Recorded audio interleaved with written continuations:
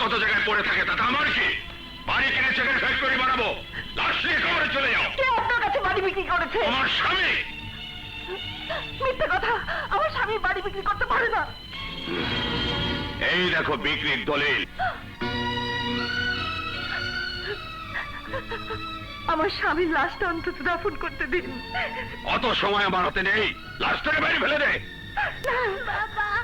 সহায় আপনার ওই মরা লাশটার প্রতি অবিচার করবেন না, করবেন না। লাশটার প্রতি অবিচার করবেন না। কি হচ্ছে এখানে?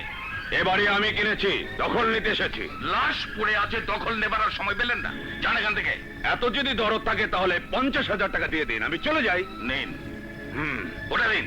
ও মনে রাখবেন, মরতে একদিন আপনাকে হবে, সেদিন এই টাকা আপনাকে বাধা দেবে না। জান এখান থেকে।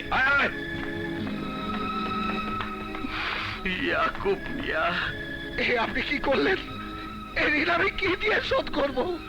ইয়াকুব মিয়া, আমার কোম্পানির টাকা রক্ষা করতে গিয়ে ডাকাতের গুলি খেয়ে তুমি পঙ্গু হয়েছো। সেই ঋণের বোঝা আমি আর বইতে পারছিলাম না। আজ একটু হালকা হলাম। শোনো বউ, তোমার স্বামী নেই তাতে কি হয়েছে? আমি তো আছি। নিরাশ্রিত মেয়েদের জন্য আমি আশ্রম খুলেছি। প্রয়োজন হলে তুমি সেখানে কাজ করবে, মাইনে পাবে। সংসারটা যেমন চলছিল তেমনি চলবে। যে তোমার স্বামীকে খুন করেছে, আমি তাকে ফাঁসি কাস্টে ঝোলাবই। তুমি কোনো চিন্তা করো না ভাইয়া, আমি এই শহরের সেরা উকিলের কাছে যাব। যে কোনো মূল্যেই হোক আমি তোমাকে বাঁচাবো। ভাইয়া, হ্যাঁ, এ ধরনের খুনি আসামিকে নির্দোষ প্রমাণ করা তো সহজ কথা নয়। তাছাড়া এই কেস লড়তে হলে অনেক টাকার প্রয়োজন। স্যার, যে কোনো মূল্যে জেল ফাঁসি থেকে তাকে বাঁচাবেন। টাকা চালাকে আমি ব্যবস্থা করব। আমি এই বালাজোড়া রেখে গেলাম। কিছুদিনের জন্য আমি ঢাকার বাইরে স্টাডি ট্যুরে যাব। সেখান থেকে ফিরে এসে আমি গ্রামের বাড়িতে গিয়ে আমার ভাইয়ের কাছ থেকে টাকা নিয়ে আসব। এই বালাজোড়া তুমি নিয়ে যাও মা। না স্যার, ওটা থাক। তুমি থাকলে ভালো হতো, তবুও তোমার যখন স্টাডি ট্যুর, তুমি যাও। আমি আসামের মুখ থেকে সবকিছু জেনে কেসটা চালিয়ে যাব। Order, order, order. Your honour, সাক্ষ্য প্রমাণাদির উপর নির্ভর করে আমরা একথা নিশ্চিতভাবে বলতে পারি যে আসামি রাজার বেপরোয়া ট্রাক চালানোর ফলেই সুজাত আলীর মৃত্যু হয়েছে। পত্রিকার পাতা উল্টালে এ ধরনের বিভৎস ঘটনার নজির আমরা প্রায় দেখতে পাই। ওরা নিজেদেরকে রাস্তার রাজা ধরে নিয়েছে। সুতরাং এমন দৃষ্টান্তমূলক শাস্তির প্রার্থনা করছি যে যাতে ভবিষ্যতে ট্রাক ড্রাইভাররা সাবধানে ট্রাক চালাতে বাধ্য হয়। ইওর অনার, ধরে নিলাম রাজার গাড়ি চাপাতেই সুজাত আলীর মৃত্যু ঘটেছে, কিন্তু অ্যাক্সিডেন্টের পরে রাজা পালাতে চেষ্টা করেন, বরং সুজাত আলীকে বাঁচাবার জন্য আপ্রাণ চেষ্টা করেছে। তার এই সততার জন্য কি তাকে ক্ষমা করা যায় না? তাছাড়া রাস্তার যে পাশে তার ট্রাক ছিল সে পাশে সুজাত আলী আসার কথা নয়। এমনও তো হতে পারে অন্য গাড়ির সাথে ধাক্কা খেয়ে সুজাত আলী এসে রাজার ট্রাকের চাকার নিচে পড়েছে। পুলিশ রিপোর্টে দ্বিতীয় কোনো গাড়ির কথা উল্লেখ করা হয়নি ইওর অনার। আদালত এই সিদ্ধান্তে উপনীত হয়েছে যে সুজাত আলীর মৃত্যুর জন্য ট্রাক ড্রাইভার রাজাই দায়ী। সুতরাং বাংলাদেশ প্যানাল কোড 304 ধারা মোতাবেক রাজাকে 5 বছরের সশ্রম কারাদণ্ড প্রদান করা হইল।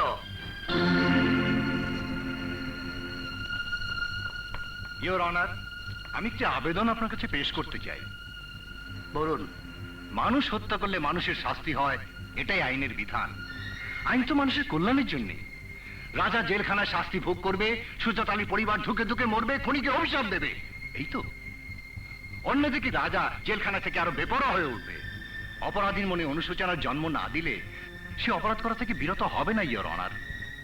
আপনি কি বলতে চান? শাস্তির 5 বছর আসামি রাজা সুজাত আলীর বাড়িতে থেকে সুজাত আলীর পরিবারের ভরণ পোষণের দায়িত্ব সে নেবে। তাতে আইন সংক্রান্ত জটিলতার সৃষ্টি হতে পারে। সে সশ্রম কারাদণ্ডপ্রাপ্ত আসামি, তার শ্রমটা জেলের বাইরেও সে দিতে পারে। সে দায়িত্ব জেল কর্তৃপক্ষের। আমি ঊর্ধ্বতন কর্তৃপক্ষের সঙ্গে আলাপ করেছি এবং অনুমতি এনেছি।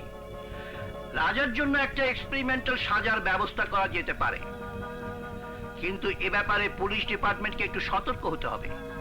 বিশেষ করে লোকাল থানার পুলিশ যদি দায়িত্বটা নেয়। স্যার, আমি দায়িত্ব নিতে প্রস্তুত আছি।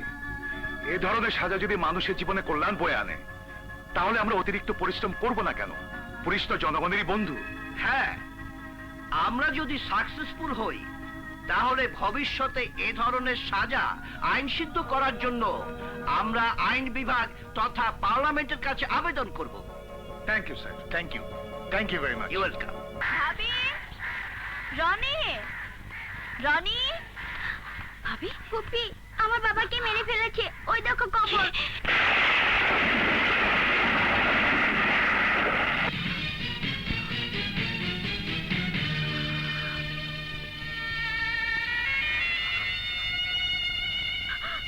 ভাবি, ভাবি, না, এ হয় না, হতে পারে না। ভাবি, আমার ভাইয়াকে কে মেরেছে? বড় কে মেরেছে? একজন ট্রাক ড্রাইভার। কি? Truck driver? আমি তাকে খুন করে ফেলবো। কে সেই ট্রাক ড্রাইভার? এই সেই ট্রাক ড্রাইভার।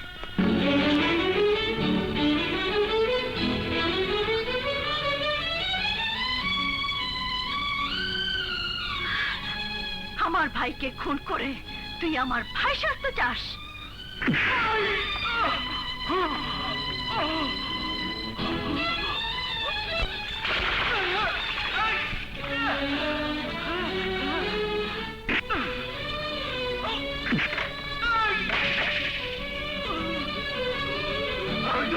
আপনারা কি করছেন? সে 5 বছরের সাজা ভোগ করতে কেন এসেছে?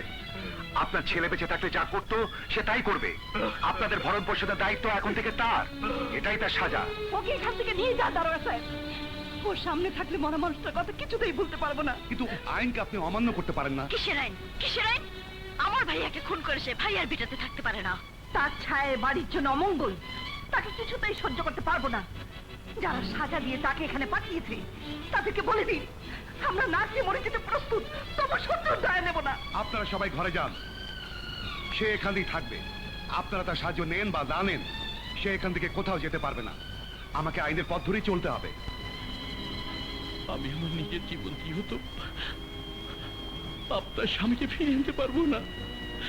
আমাকে ক্ষমা করে দিন, আপনার আমাকে ক্ষমা করে দিন। এত সহজে কেউ স্বামী সন্তান হারানোর দুঃখ ভোলে না। রাজা, ওরা যাই বলুক, তুমি এই গ্রামে থাকবে। যে কোনো মূল্যে এই বিধ্বস্ত পরিবারটাকে আপন করে দিতে হবে। দেখলেই তো, এক অথর্ব বাবা ছাড়া এই পরিবারকে দেখাশোনা করার আর কেউ নেই। 441, ইয়েস স্যার। ওকে সীমানা দেখিয়ে দাও। জি স্যার। উত্তরে সিঙ্গাইর নদী, দক্ষিণে চাঁদ মসজিদ, পূর্বে বড় রাস্তা, পশ্চিমে সোনাই দিঘি। এর বাইরে কোথাও তুমি যেতে পারবে না। আছে ঘুষ।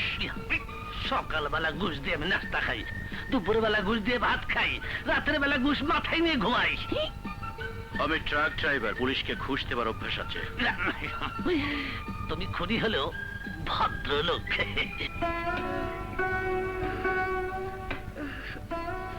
প্রীতি কোথায় বৌমা? চাকরির খোঁজে শহরে গেছে। এত করে বারণ করলাম, তবুও শুনলো না। ওর ভাইয়ের স্বপ্ন ছিল ওকে হেডমাস্টার বানাবে। বৌমার রনির জ্বর কি কমেছে? সারা রাত মাথায় পানি দিলাম, জ্বর একটু কমলো না। ঔষধ না দিলে কি জ্বর কমবে?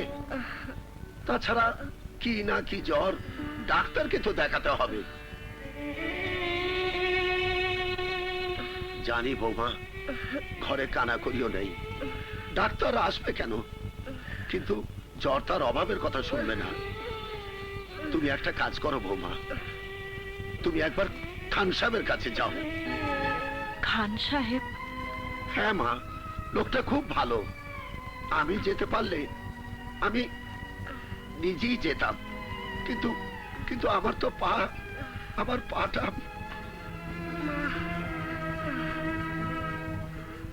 ঠিক আছে, আমি যাচ্ছি।